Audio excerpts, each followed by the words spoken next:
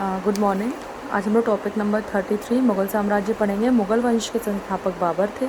बाबर 1526 से 1530 ईस्वी तक रहे, शासन किया। मीन्स उन्होंने जन्म उनका 1483 में हुआ था। इनके पिता बाबर के उमर शेख मिर्ज़ा जो कि फ़रगाना के शासक थे। आक्रमण बाबर ने 5 आक्रमण किए भारत पर। प्रथम अभियान जो उनका था वो यूसुफ जाई जाति के विरुद्ध था। यूसुफ जाई जाति के विरुद्ध पानीपत के प्रथम युद्ध में बाबर ने पहली बार तुगलमा युद्ध नीति व तोपखाने का प्रयोग किया था। अब बाबर द्वारा लड़े गए युद्ध, तो बाबर द्वारा लड़े गए पानीपत का प्रथम युद्ध, खानवा का युद्ध, चंदेरी का युद्ध, घाघरा का युद्ध। पानीपत का युद्ध 1526, 1527, 1528, 29, ऐसे आप सीक्वेंस में 26, 27, 28, 29 इस तरह से लड़ रखेंगे। सभी में बाबर जीता था। हुआ पहला इब्राहिम लोदी के साथ था, दूसरा राणा सांगा, तीसरा मेदिनी राय, फिर अफ़गानों से हुआ था। अब ये युद्ध याद कैसे रखेंगे? बाबर ने पान खाकर चंदेरी से घाघरा खरीदा। इस तरह से पानीपत, खानवा, चंदेरी, घाघरा। ठीक है। बाबर की मृत्यु हो गई 1530 में। जैसे ही उसने घाघरा का युद्ध जीता, इसके 1 साल बाद इनकी मृत्यु हो गई। बाबर ने रचना की अपनी आत्मकथा बाबरनामा। ठीक है। उसका फ़ारसी अनुवाद अब्दुल रहीम खाने खाना ने किया था। अब्दुल रहीम खाने खाना ने फ़ारसी अनुवाद किया था इनकी बाबरनामा का।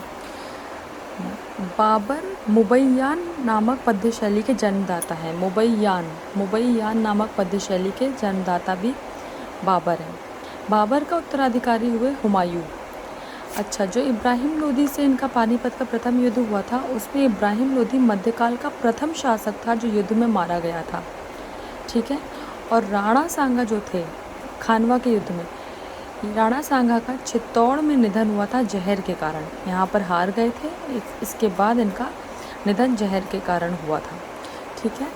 और बाबर को खानवा के युद्ध जीतने के बाद उदारता के लिए कलंदर की उपाधि दी गई थी। कलंदर की उपाधि बाबर को ही दी गई थी। ये हो गया बाबर।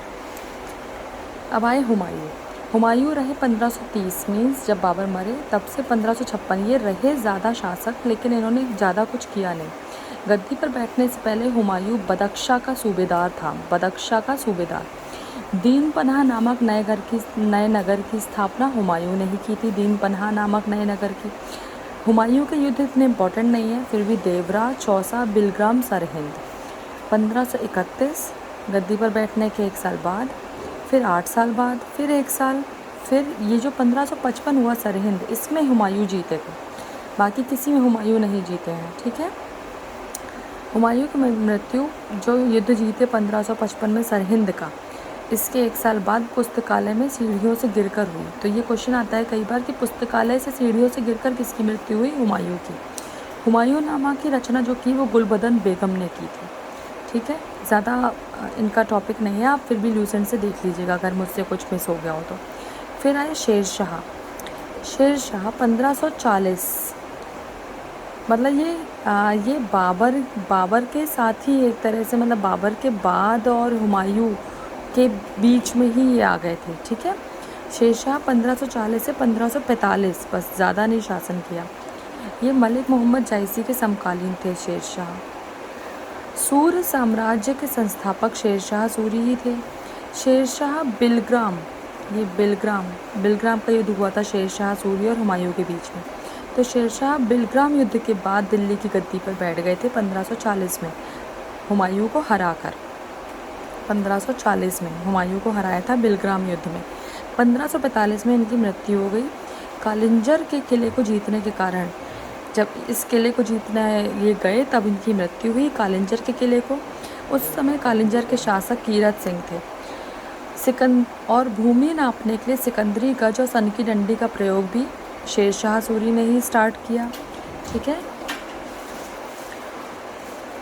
मकबरा शेर शाह का जो बनवाया गया वो सासाराम झील के बीच बनवाया गया। सासाराम में ही क्यों बना?